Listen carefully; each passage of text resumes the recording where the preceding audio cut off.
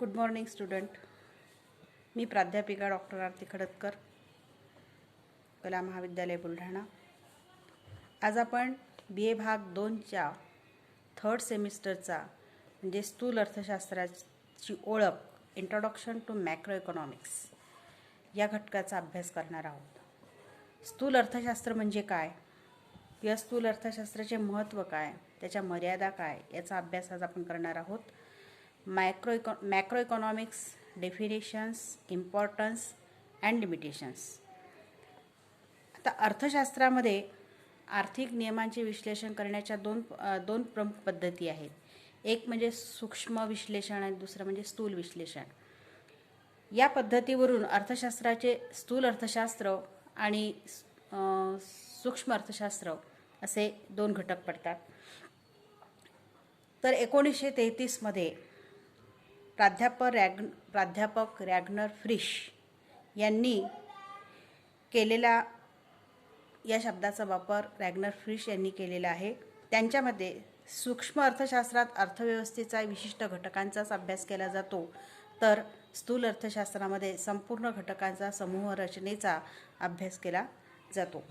त्या स्थूल अर्थशास्त्रालाच बहुपर्यायी शब्दांनी ओळखलं जातं. उदाहरणार्थ समष्टी अर्थशास्त्र, समग्र लक्ष्य अर्थशास्त्र, सामान्य अर्थशास्त्र, समूह अर्थशास्त्र, सर्वलक्ष्य अर्थशास्त्र या नावाने संबोधल्या जाते. म्हणून स्थूल अर्थशास्त्राला इंग्रजीत मॅक्रो इकॉनॉमिक्स असं म्हटलं जातं. यातील मॅक्रो हा शब्द ग्रीक भाषेतील मॅक्रॉस या शब्दापासून आलेला आहे. याचा अर्थ होतो मोठा, स्थूल किंवा समग्र असा होतो. म्हणून स्थूल अर्थशास्त्रात अर्थव्यवस्थेच्या एका विशिष्ट घटकाचा अभ्यास केला जात नसून संपूर्ण समूहाच्या रचनेचा अभ्यास केला जातो. उदाहरणार्थ राष्ट्रीय उत्पन्न, राष्ट्रीय एकूण रोजगार, एकूण मागणी, एकूण गुंतवणूक, एकूण बचत इत्यादी घटकांचा अभ्यास केला जातो. आता 1929-30मध्ये जी जागतिक महामंदी आली, त्या महामंदीपर्यंत संपूर्ण जगामध्ये सूक्ष्म अर्थशास्त्राचे महत्त्व कायम होते. परंतु जागतिक महामंदीमुळे निर्माण झालेल्या ज्या समस्या आहेत, त्या समस्या सूक्ष्म अर्थशास्त्र सोडवू शकले नाही. म्हणून सूक्ष्म अर्थशास्त्राचे महत्त्व त्या ठिकाणी कमी होत जाऊन स्थूल अर्थशास्त्राची महत्त्व वाढत गेले.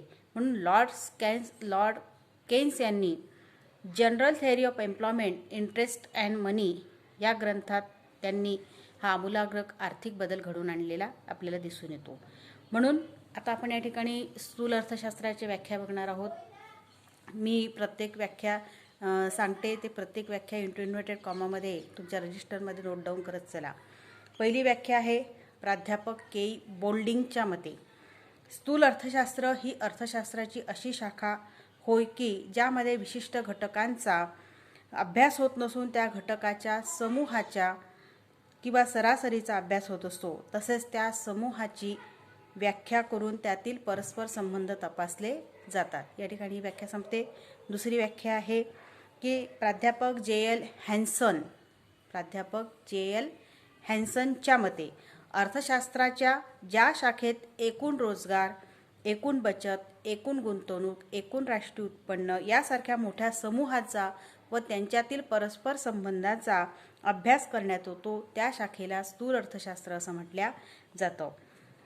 थोडक्यात काय की संपूर्ण समाज हा एक घटक मानून त्यांच्या आर्थिक प्रश्नांचे अध्ययन करणारे शास्त्र म्हणजे स्थूल अर्थशास्त्र होय. आता थोडक्यात आपण ह्या ज्या व्याख्या बघितल्या, या व्याख्यांचा आपण या ठिकाणी अर्थ समजून घेऊया.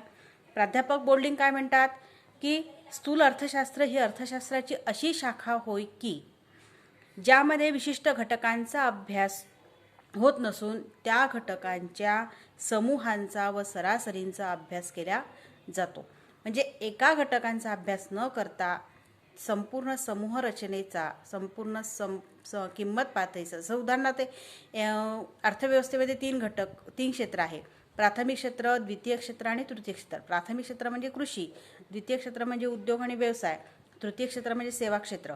तर आपण प्राथमिक क्षेत्रामधून किती उत्पन्न आलं, द्वितीय क्षेत्रामधून म्हणजे उद्योग समूहातून किती उत्पन्न आलं आणि सेवा क्षेत्रामधून किती उत्पन्न आलं, म्हणजे प्रत्येक छोट्या छोट्या घटकांचा जर आपण विचार केला, हे झालं सूक्ष्म अर्थशास्त्र. पण तो संपूर्ण किंमत पातळींचा जर आपण विचार केला तर ते स्थूल अर्थशास्त्रामध्ये मोडल्या जातं. म्हणजेच विशिष्ट घटकांचा अभ्यास होत नसून त्या घटकाच्या समूह रचनेचा जिथे अभ्यास केला जातो त्याला स्थूल अर्थशास्त्र असं म्हटल्या जातं. जसं हॅन्सननी सुद्धा आपल्या व्याख्येमध्ये तेच सांगितलं की अर्थशास्त्राच्या ज्या शाखेत एकूण रोजगार, एकूण बचत, एकूण किंमत पातळी, एकूण राष्ट्रीय उत्पन्न, एकूण गुंतवणूक, एकूण बचत म्हणजे संपूर्ण समूहाची बचत किती आहे, संपूर्ण समूहामध्ये किती गुंतवणूक केलेली आहे, प्राथमिक क्षेत्रात किती गुंतवणूक केली, द्वितीय क्षेत्रात किती केली, तृतीय क्षेत्रामध्ये किती गुंतवणूक केली, तर ह्यामध्ये जे संबंध आहेत ते परस्पर संबंध तपासण्याचं काम केलं जातं, त्याला स्थूल अर्थशास्त्र असं म्हटलं जातं. याच्यावरून तुम्हाला स्थूल अर्थशास्त्राच्या व्याख्येचा अर्थ स्पष्ट झाला असेल. आता आपण बोलूया स्थूल अर्थशास्त्राच्या वैशिष्ट्यांकडे. Characteristics of macro economics. त्यातला पहिला पॉईंट येतो समूहाचा अभ्यास. आता स्थूल अर्थशास्त्रात अर्थव्यवस्थेचा एका विशिष्ट घटकांचा अभ्यास होत नसून त्या घटकाच्या समूह रचनेचा अभ्यास होत असतो. उदाहरणार्थ एकूण मागणी, एकूण पुरवठा, एकूण रोजगार, एकूण किंमत, एकूण बचत, एकूण गुंतवणूक, एकूण राष्ट्रीय उत्पन्न. राष्ट्रीय उत्पन्न म्हणजे काय? देशाचं राष्ट्रीय उत्पन्न म्हणजे नॅशनल इन्कम. आता नॅशनल इन्कममध्ये पर कॅपिटा इन्कम म्हणजे दरडोई उत्पन्न हे त्यामध्ये समाविष्ट असतात. दरडोई उत्पन्न म्हणजे काय की प्रत्येक माणसाचं उत्पन्न, अर्थव्यवस्थेमध्ये ज्या व्यक्ती काम करतात, करती लोकसंख्या ज्या व्यक्ती काम करतात त्या व्यक्तींचं उत्पन्न हे दरडोई उत्पन्नात समाविष्ट होतं आणि दरडोई उत्पन्न मग राष्ट्रीय उत्पन्नात समाविष्ट केलं जातं. आणि राष्ट्रीय उत्पन्नावरून मग देशाचा आर्थिक परिस्थिती काय आहे,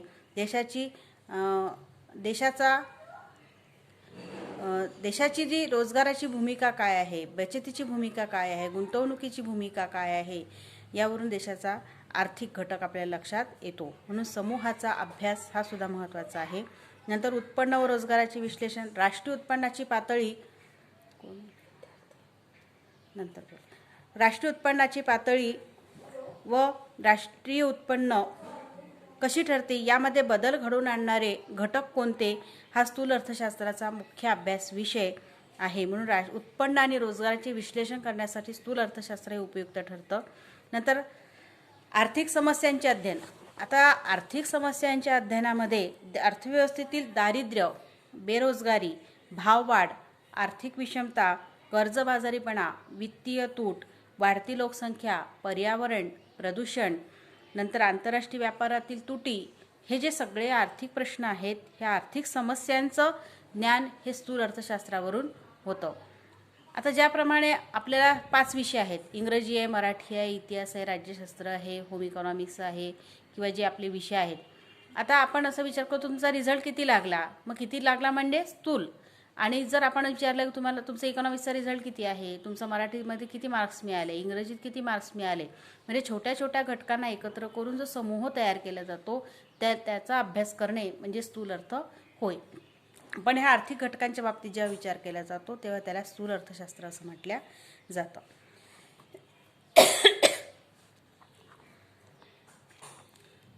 त्यानंतरचा पॉईंट येतो आर्थिक घटकांच्या परस्पर संबंधाचा अभ्यास.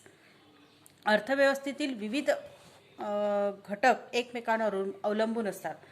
एका घटकाचा दुसऱ्या घटकांवर काय होत असतो, परिणाम होत असतो. उदाहरणार्थ प्राथमिक क्षेत्र म्हणजे कृषी क्षेत्र. कृषी क्षेत्रातून जर तयार झालेला चांगला माल हा द्वितीय क्षेत्रामध्ये काय होतो, पक्क्या मालामध्ये रूपांतरित होतो आणि पक्क्या माल तयार झाल्यानंतर तो तृतीय क्षेत्रामध्ये सेवा क्षेत्राच्या माध्यमातून ग्राहकांच्या घरापर्यंत वितरित केला जात असतो. तर प्राथमिक क्षेत्रामध्ये जर माल चांगला झाला, उत्पादन चांगलं झालं, तर द्वितीय क्षेत्रामध्ये त्या मालाला चांगले भाव मिळतात. द्वितीय क्षेत्रात माल चांगला वितरित झाला तेव्हा तृतीय क्षेत्राच्या माध्यमातून ग्राहकांना सुद्धा त्या वस्तूंच्या किमती कमी प्राप्त होऊ शकतात. म्हणजे एका घटकाचा दुसऱ्या घटकावर काय होत असतो, परिणाम होत असतो. समजा अर्थव्यवस्थेतील गुंतवणूक वाढली तर उत्पादन वाढतं, उत्पादन वाढलं तर नफा वाढतो, नफा वाढलं तर रोजगार वाढतो, रोजगार वाढलं तर बेकारी आपोआप कमी होते. म्हणजे याचा अर्थ असा होतो की एका घटकाचा हा दुसऱ्या घटकावर काय होत असतो, परिणाम होत असतो. तर हे झाले स्थूल अर्थशास्त्राची वैशिष्ट्ये. धन्यवाद.